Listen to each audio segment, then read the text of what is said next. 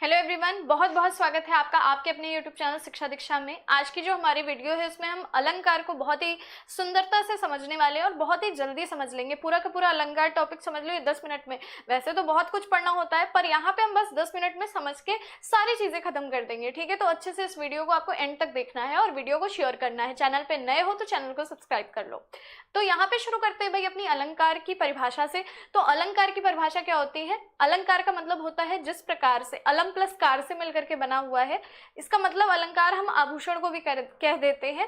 ठीक है, जैसे तन की शोभा या शरीर की शोभा को बढ़ाने के लिए हम आभूषण पहनते हैं, आभूषणों का उपयोग करते हैं, उसी प्रकार से काव्य की शोभा अलंकारों के जरिए बढ़ाई जाती है। ठीक है, तो भाई देख लो सारे अलंकार जो है लिखे हुए हैं, बगल में मैंने उनको ट्रिक से जो है एक सिंपल सा कह सकते हो, एक लाइन की कोई ट्रिक नहीं है भाई, यहाँ पे आपको सबके लिए समझना पड़ेगा। पहले बात कर लेते हैं, जैसे सा है, सी है, से है, सम है, सरिस है, समान है, इस तरीके हमें उपमा अलंकार में देखने को मिलेगा। उपमा में किसी से उपमा दी जा रही होती है। ठीक है, जैसे कि हम ये भी कह सकते हैं उपमा के लिए, जैसे हम बोल सकते हैं भाई कि हरिपद कोमल कमल से, हरिपद कोमल कमल से। हरि जो पद है वो क्या है भाई? कोमल है, किससे? कमल से भी ज्यादा कोमल है। तो हरिपद कोमल कमल से, ठीक है, से देखने को मिल रहा है आपको। ठीक, तो इस तरीके से आपको कुछ ना कुछ जो है सा, सी, से, सम, सरिस या समान शब्द जो है वो देखने को मिलेंगे। रूपक की बात कर लेते हैं। रूपक में आपको योजक चिन्ह देखने को मिलेगा इस तरीके से, या फिर आपको जो है समानता देखने को मिलेगी।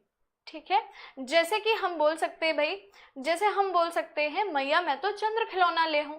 ठीक है, तो उसमें क्या है? खिलौने को चंद्रमा के साथ क्या कर दी गई है? खिलौने की समानता चंद्रमा से कर दी गई है। ठीक है, अब चंद्रमा और खिलौने की आपस में क्या कर दी गई है? समानता कर दी गई है। तो मैया मैं तो चंद्र खिलौना ले हूं, जैसे ये रूपक का एग्जाम्पल हमारा हो गया। ठीक है, उत्प्रेक्षा की बात कर लेते हैं। जनु, जानो, जनहु और जन, मनु, मनहु, मानो, इस तरह के आपको शब्द जो है वो उत्प्रेक्षा में देखने को मिलते हैं, उत्प्रेक्षा अलंकार में। ठीक है, जैसे कि सोहत ओढ़े पीत पट, श्याम सलोने गात, और मनो नीलमणि शैल पर आतप पर्यो प्रभात। ठीक है, तो ये तब का है कि जैसे कि कृष्ण जी के ऊपर पीताम्बर मान लो ऐसे शोभा देता है, जैसे कि नीलमणि पर्वत पर जब सूर्य चमकता है तो किस प्रकार से सुंदर दिखता है, उस प्रकार से। ठीक है, अच्छा देखो आगे देखो भाई। फिर उसके बाद देख लेते हैं विभावना अलंकार। विभावना अलंकार कहते हैं बिना कारण के कार्य होना। जब कोई कारण ना हो और कार्य जो है वो हो जाए तो वो हमारा विभावना अलंकार है। जैसे मैं एक बहुत ही सुंदर सा एग्जांपल आपको बताऊंगी, आपको इससे समझ में आ जाएगा, बहुत अच्छे तरीके से समझ में आ जाएगा। बिनु पग चले सुने बिनु काना, और कर बिनु करे करम विधि नाना।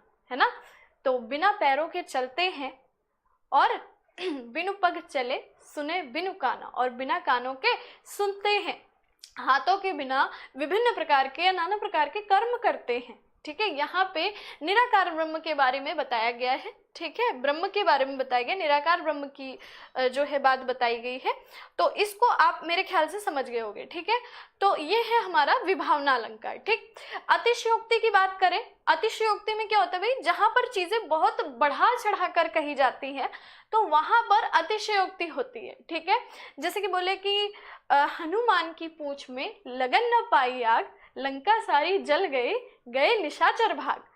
है ना, तो हनुमान जी की पूंछ में आग नहीं लग पाई लेकिन सारी लंका जल गई और निशाचर यानी कि जितने भी राक्षस थे वो भी भाग गए। तो इसमें थोड़ा सा बढ़ा चढ़ा के चीजें कही गई है, तो इस वजह से इसमें क्या है? अतिशयोक्ति है।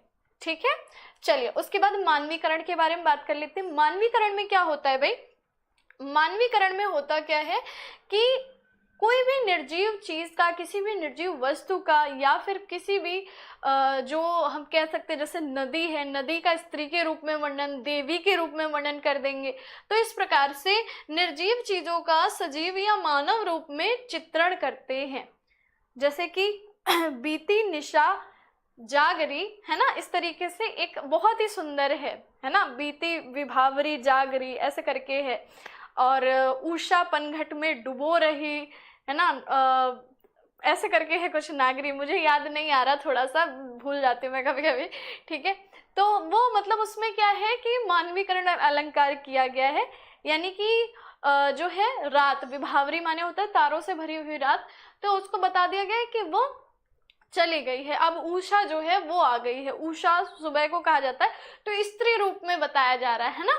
चलो, तो मानवीकरण है, ठीक है, किसी नदी का, किसी भी चीज का मानवीकरण कर देते हैं। श्लेष की बात कर लेते हैं। श्लेष अलंकार क्या होता है?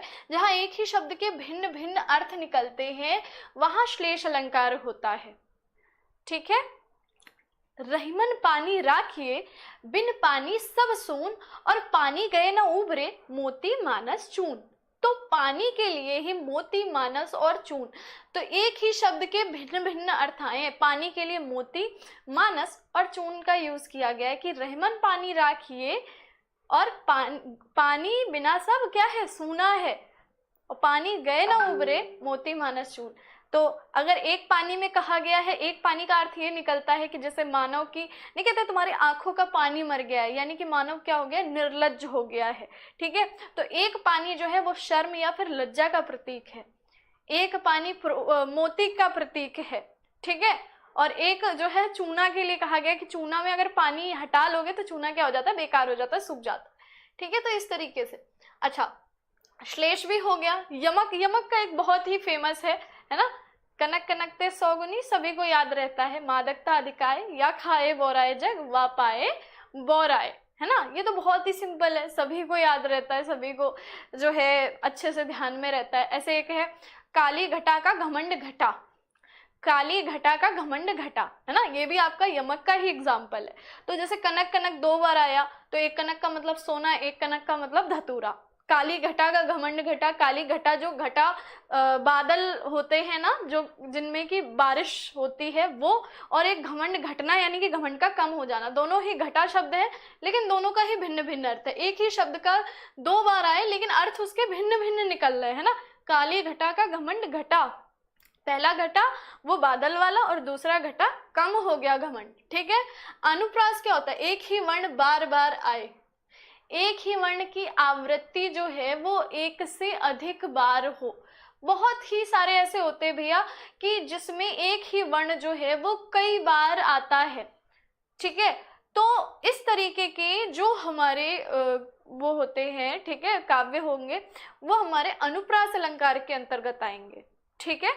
चलिए, संदेह में क्या होता है? जहां पे किसी चीज में हमें संदेह हो रहा हो और उसका ज्ञान हो, वो संदेह अलंकार हो जाएगा। असंगति क्या होती है? जहां पर होता कुछ है और लगता कुछ है, ठीक है, हो कुछ रहा है, प्रतीत कुछ और हो रहा है, वहां पे आपका असंगति अलंकार होता है, ठीक है।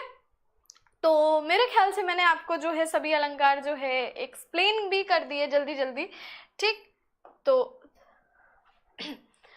आपको सारे समझ में भी आ गए होंगे। अगर अच्छी लगी हो वीडियो, थोड़ा सा जल्दी मैंने करवाया क्योंकि मुझे सभी बताने थे ये, तो अगर अच्छी लगी हो तो प्लीज वीडियो को शेयर कर देना, लाइक कर देना सभी के साथ मिल करके, ठीक है, शेयर कर देना।